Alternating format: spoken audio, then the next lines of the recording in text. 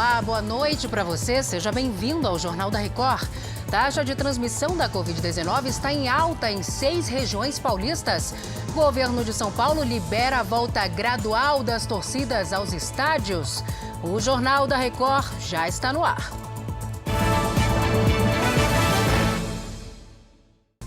Oferecimento Bradesco. Pague do seu jeito. Curta o futuro agora.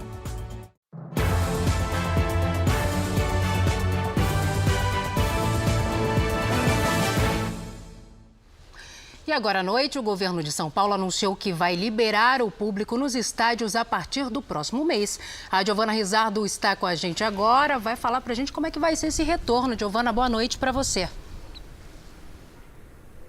Oi, Salsi, boa noite para você, boa noite a todos.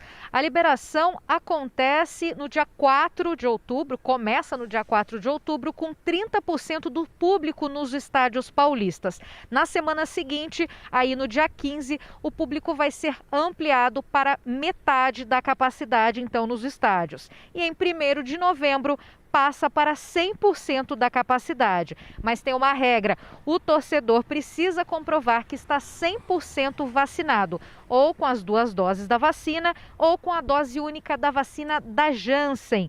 Caso essa pessoa não esteja totalmente imunizada, os clubes vão ter que exigir um teste negativo para a Covid. E claro, Salsi, todo mundo precisa usar máscara. Obrigada, Giovana, pelas suas informações. E olha, os Estados Unidos voltaram a registrar mais de 2.000 mortes diárias por Covid-19 pela primeira vez desde fevereiro. Nesta quinta-feira foram apontados 2.047 óbitos. Segundo dados da Universidade de Oxford, o novo aumento é causado pela disseminação da variante Delta, mais transmissível, Principalmente em áreas com baixos índices de vacinação no país. O Banco Central aprovou nesta quinta-feira mudanças na prestação de serviços de pagamento dos bancos. É uma tentativa, de prevenir as fraudes. A gente vai agora para Brasília conversar com o Matheus Scavazini. Matheus, boa noite para você. Fala para a gente, por favor, quais são essas mudanças. Boa noite, Salsi. Ficou definido que as instituições financeiras têm até o dia 4 de outubro para limitar transferências e pagamentos a R$1.000 entre 8 da noite e 6 da manhã. O limite valerá para todos os tipos de transferência, incluindo o Pix. O novo teto vai ser implementado para todos os clientes pessoas físicas e atende a um pedido dos bancos para reduzir sequestros e roubos. Para as empresas, nada muda. Os clientes que preferirem ter um limite de transferência maior vão precisar entrar em contato com o banco pelo atendimento eletrônico, também a partir do dia 4 de outubro. Salsi. Obrigada, Matheus. E olha, neste ano já foram registradas quase 14 mil denúncias de golpes contra pessoas da chamada terceira idade. Uma covardia, Nesta quinta-feira, um idoso perdeu R$18 mil depois de aceitar ajuda numa agência bancária. E era golpe. Um golpe comum que chega disfarçado de solidariedade, como mostram as imagens da câmera de segurança. A mulher se oferece para ajudar seu Moraes Alves, de 64 anos, numa operação do caixa eletrônico de um supermercado da Grande São Paulo. Ela foi aquele jeito simpático, eu achando que ia ajudar, e acontece isso daí. Sem que o aposentado veja, a mulher troca o cartão e quando ele percebe a substituição, já era tarde demais. O golpe levou da conta, horas depois, R$18 mil. Que ela não está estragando só a pessoa que ela fez ali o golpe. Toda a família fica abalada. Em vez de procurar fazer o bem, usar a inteligência dela para fazer o bem, vai usar para derrubar as pessoas. Normalmente os golpistas agem em dupla, enquanto um troca o cartão, o outro fica de olho nas senhas. Por isso, para especialistas em segurança, diante de um caixa, desconfie sempre de todos. A regra, tanto para a questão por telefone como presencial, você só pode confiar em quem você conhece. Eu vou usar uma frase que os nossos pais falavam: não confie em estranhos. Nesse tipo de golpe, segundo a polícia, as maiores vítimas são mesmo os idosos, por conta de uma maior vulnerabilidade e, ao mesmo tempo, menor habilidade com a tecnologia. De acordo com o painel Disque 100, só nos primeiros 8 meses desse ano foram quase 14 mil denúncias de abusos patrimoniais cometidos contra idosos no país. Esse delegado explica que as modalidades são muitas e que aumentaram durante a pandemia. O ambiente virtual, o telefone, são aliados para os marginais praticarem os seus crimes. Todo estelionatário, o maior capital que ele tem é a habilidade de convencer, de enganar as pessoas. Nos Estados Unidos, um homem matou uma pessoa e feriu outras 14 no ataque a tiros em um supermercado no Tennessee. Pessoas que estavam no local se esconderam em freezers para escapar do ataque. A polícia afirmou que o atirador se matou. Depois deste tiroteio, o corpo foi encontrado em um carro no estacionamento. A motivação do ataque ainda é desconhecida. Aqui no Brasil, o governo de Alagoas também autorizou a volta das torcidas aos estádios de futebol depois de 1 ano e meio de pandemia da Covid-19. Quem tem as informações pra gente é o Neto Mota.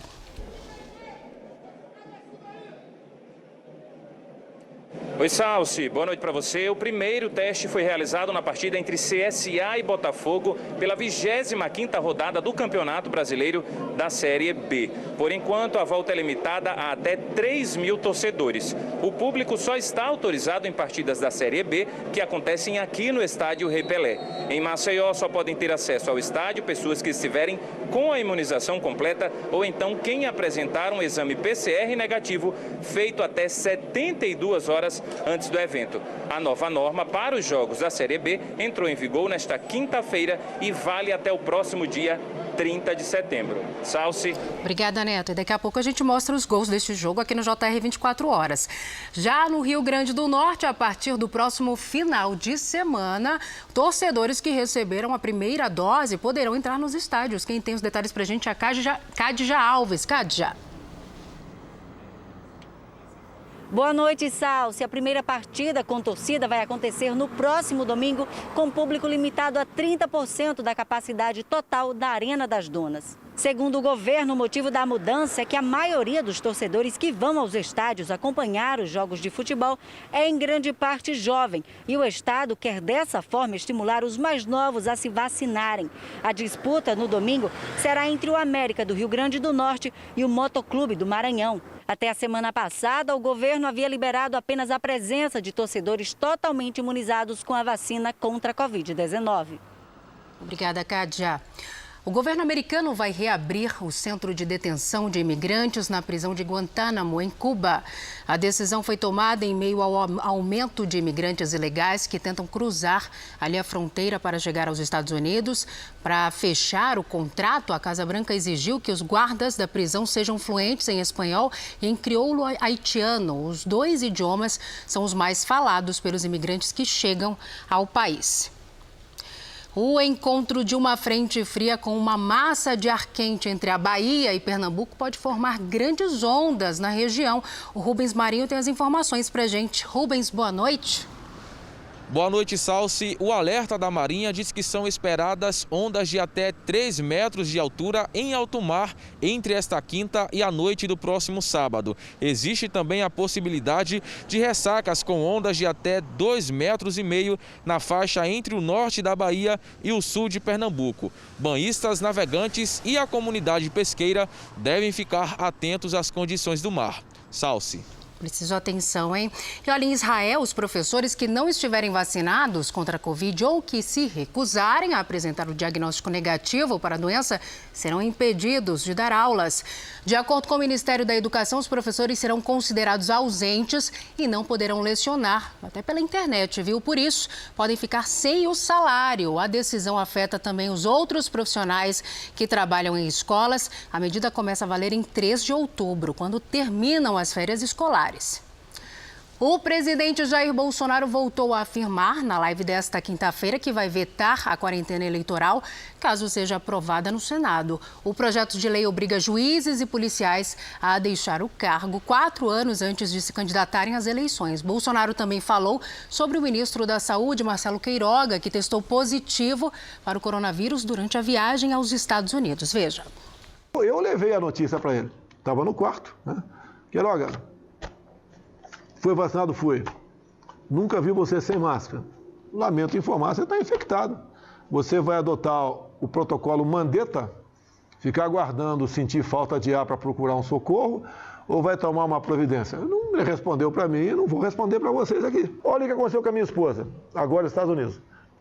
Veio conversar comigo sobre toma ou não toma vacina. Eu falei para ela, você veio conversar comigo? Sabe como é que é a esposa, né? Quem tem esposa sabe como é que é, né? Ela veio conversar comigo, toma ou não toma? Dei a minha opinião para ela. Não vou falar qual foi a minha opinião, vou falar o que ela fez. Ela tomou a vacina. Então, ela é maior de idade, tem 39 anos, né? Sabe o que faz, tomou a vacina. Agora, se for para vacinar a Laura com 10 anos de idade, aí eu vou conversar com ela e vamos decidir se vai tomar a vacina ou não, a Laura. A farmacêutica americana Novavax pediu aprovação emergencial da vacina contra a Covid-19 para a Organização Mundial da Saúde. Parceira do Instituto Serum da Índia, a empresa desenvolveu um imunizante baseado em proteína. A eficácia foi de 90%. O aval da OMS permitiria maior reconhecimento da vacina mundialmente e também a distribuição internacional pelo consórcio COVAX a países sem vacinas.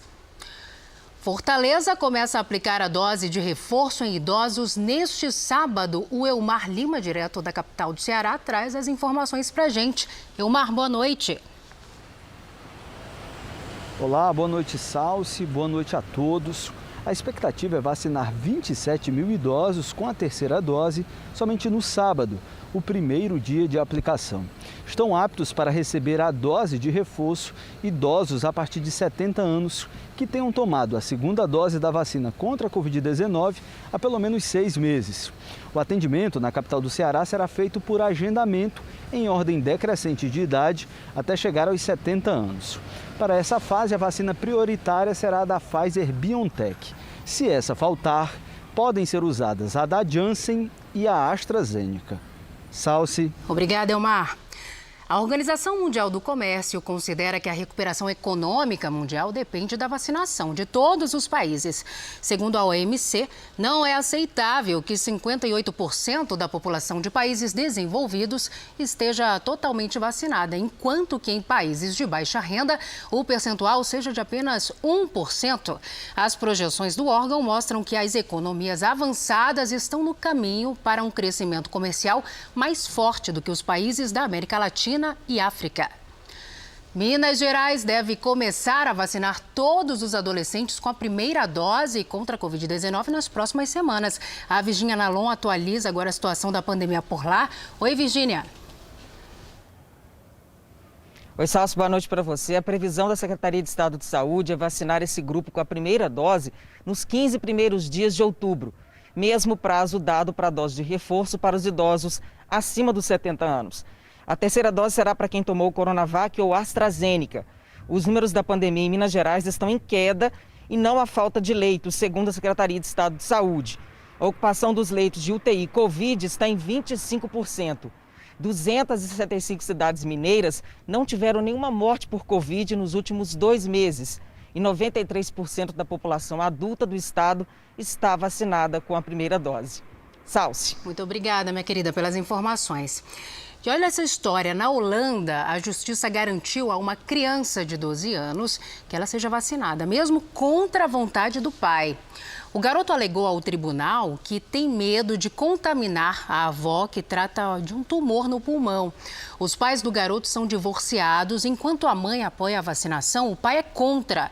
A lei holandesa diz que jovens a partir de 16 anos já podem decidir se serão vacinados, enquanto os mais novos precisam de aprovação dos responsáveis. A Prefeitura do Rio de Janeiro organiza um mutirão de vacinação para adolescentes. O Leonardo Ack fala para a gente como é que vai funcionar esse mutirão. Léo, boa noite para você.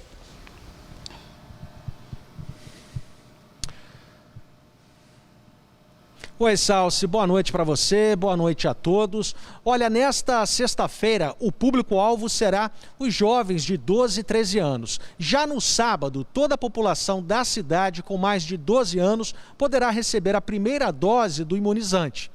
Agora, a vacinação para adolescentes foi interrompida em um primeiro momento. Isso por causa da falta de doses, e a retomada aconteceu na última quarta-feira depois de ser suspensa, seguindo a orientação do Ministério da Saúde.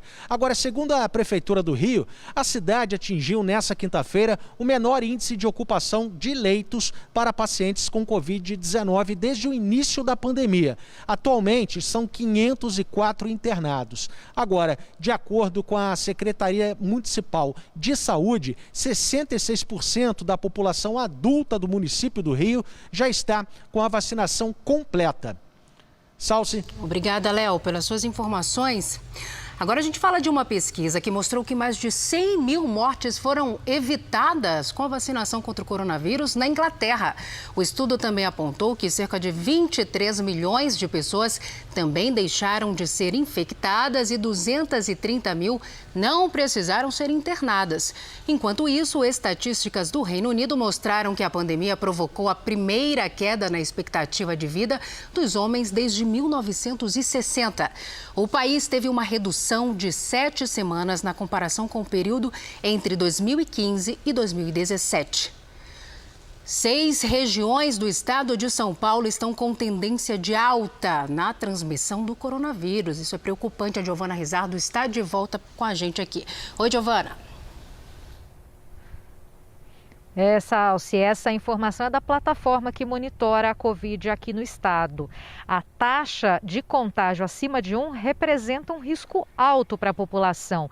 Neste momento, 6 regiões do estado são afetadas, sendo 4 na Grande São Paulo. Área leste, sudoeste, oeste e sudeste da região metropolitana têm as maiores tendências na transmissão do vírus. Aparecem ainda regiões de Registro e Bauru no interior paulista. Mesmo com a vacinação em andamento, esse indicador é de alerta para manter o uso de máscaras, a higiene constante das mãos e também o distanciamento. Um dos motivos apontados para o aumento é a taxa de contaminação pela variante Delta. Nesta semana, o levantamento da Secretaria de Saúde aponta que o estado já ultrapassa os 3 mil registros, casos dessa variante Delta, sendo que 154 cidades têm pelo menos um registro da cepa indiana. Salsi. Tem que continuar mantendo os cuidados, né, Giovana? Muito obrigada pelas informações. No mês de setembro, das 79 cidades de Mato Grosso do Sul, 55 não registraram mortes pela Covid-19. De Campo Grande, o William Franco tem os detalhes pra gente. William. Oi, Salsi, boa noite. O levantamento foi feito pela Secretaria Estadual de Saúde. A queda nas mortes pela doença foi atribuída à vacinação. Mais da metade da população de Mato Grosso do Sul já está completamente imunizada, com as 2 doses ou a dose única. Um outro dado do levantamento impressiona. Em 25% dos municípios do estado não houve novos casos da doença nos últimos 20 dias. E hoje, Campo Grande atingiu a marca de 70% dos moradores da capital que já receberam a primeira dose. Isso representa mais de 630 mil pessoas. Salsi. Muito obrigada, William. Depois de mais de 12 horas, terminou há pouco a sessão da Comissão Especial da Reforma Administrativa na Câmara dos Deputados. Foi aprovada uma emenda ao texto principal que dá aos guardas municipais o status de polícia. Além do porte de armas, a categoria pode reivindicar benefícios concedidos a policiais. O texto base, aprovado à tarde, prevê que os atuais servidores não vão perder direitos adquiridos. A PEC ainda precisa ser aprovada em plenário por 308 deputados e depois ser analisada no Senado. O governo federal lançou nesta quinta-feira um programa para estimular a educação científica e tecnológica. O Matheus Escavazini volta com a gente agora, direto de Brasília. Matheus. Salsi, o programa batizado de Novos Caminhos tem 14 projetos que envolvem temas como promoção da inovação e ampliação de cursos. O Ministério da Educação também anunciou um anuário estatístico que vai oferecer informações para serem usadas no desenvolvimento e monitoramento de políticas públicas. Outro projeto envolvendo alunos, professores e técnicos disponibiliza ações de apoio a micro e pequenas empresas para o enfrentamento dos impactos da pandemia de Covid-19. Essas iniciativas se somam a outras já lançadas, como a plataforma Aprenda, que tem aulas online e deve oferecer 820 mil vagas em diversos cursos até 2025. Salsi. Que bom, Matheus. Muito obrigada pelas suas informações. A Polícia Federal prendeu agora à noite em Corumbá a controladora de voo Célia Monastério. Ela foi responsável por aprovar o plano de voo do avião que caiu com o time da Chapecoense em 2016. O ministro Gilmar Mendes, do STF, atendeu a pedido da Justiça Boliviana, que considerava Célia foragida. Ela responde por crime de atentado contra a segurança do espaço aéreo. E em Belém, começou nesta quinta-feira a aplicação da terceira dose da Pfizer em idosos. O Felipe Nobre conta pra gente como é que vai funcionar esse reforço do esquema vacinal. Felipe, boa noite. Boa noite, Salsi. A imunização deste grupo começou com idosos nascidos até 1933. Nesta sexta, será a vez dos nascidos entre os anos de 1934 e 37.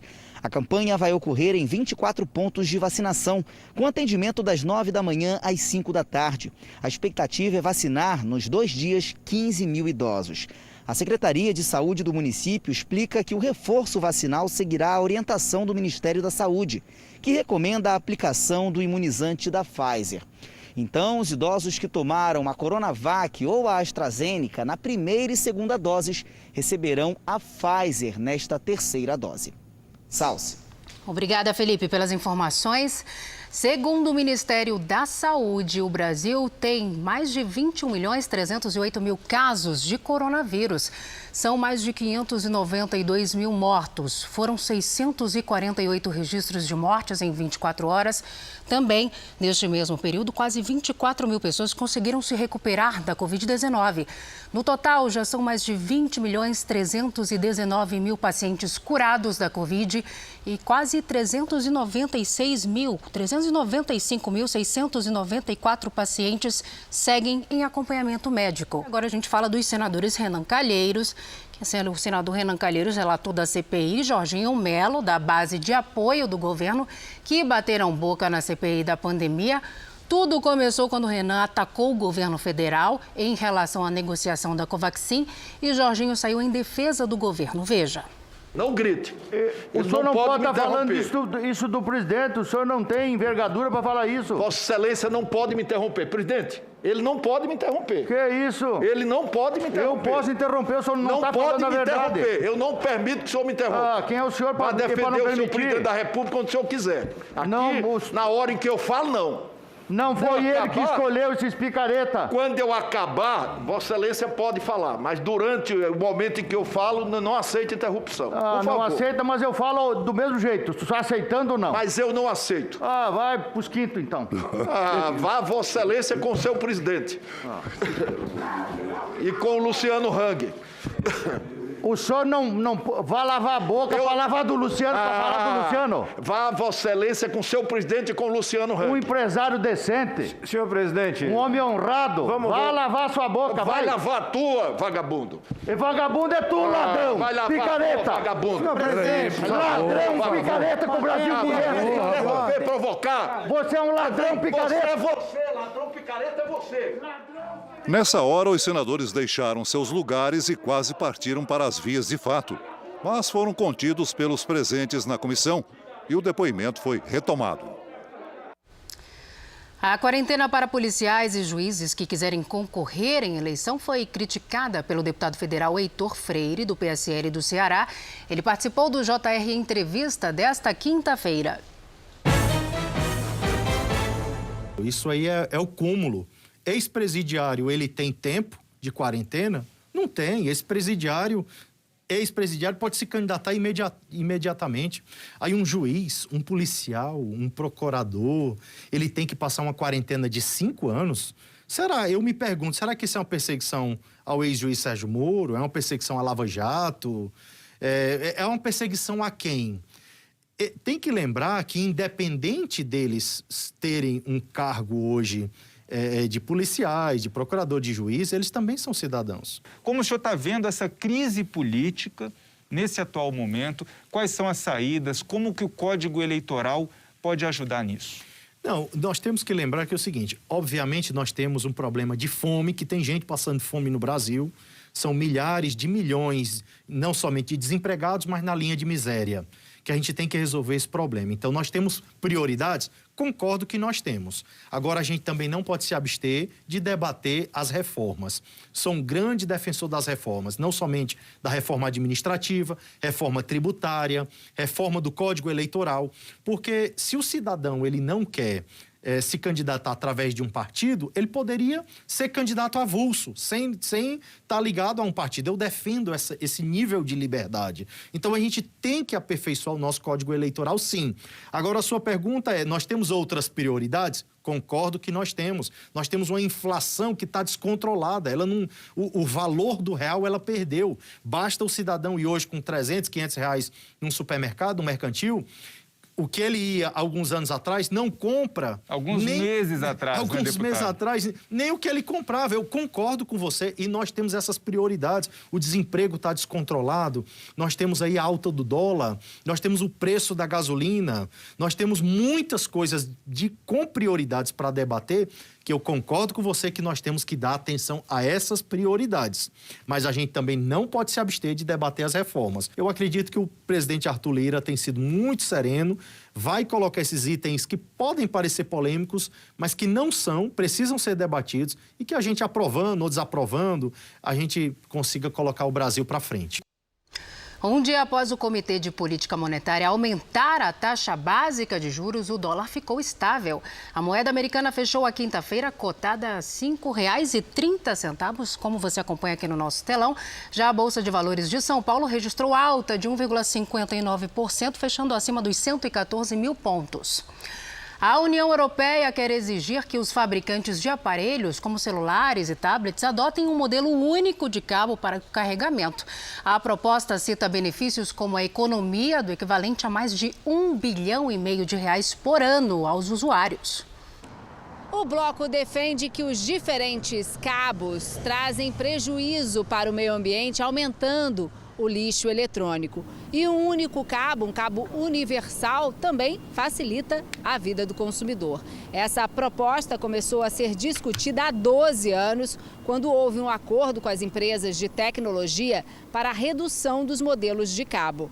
A legislação da exigência de um cabo universal ainda está sendo concluída, mas já sofre resistência das gigantes da tecnologia. De Lisboa, Ana Paula Gomes. E agora o futebol. Na Copa Sul-Americana, o Atlético Paranaense venceu o Peñarol fora de casa e abriu vantagem no primeiro duelo da semifinal da competição. Veja os gols. Em Montevidéu, o Atlético marcou no primeiro minuto de jogo. E que gol! Nicão cruzou, Bissoli desviou e Terans fez 1-0 de bicicleta. A resposta do Peñarol saiu pouco depois.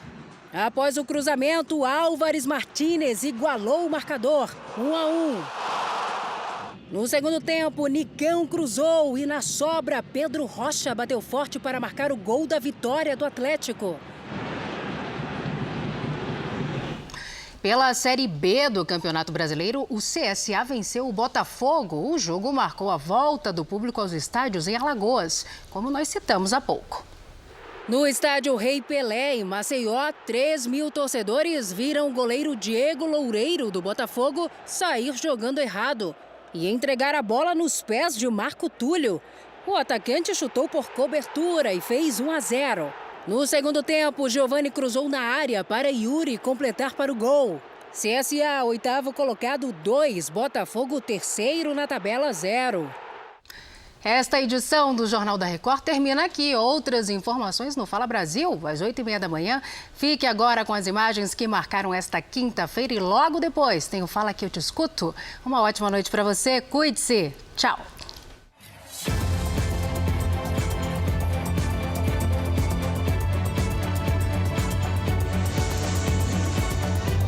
Vai lavar sua boca, vai. Vai lavar a tua, vagabundo. E vagabundo é tu, ladrão. Vai lavar a Picareta. tua.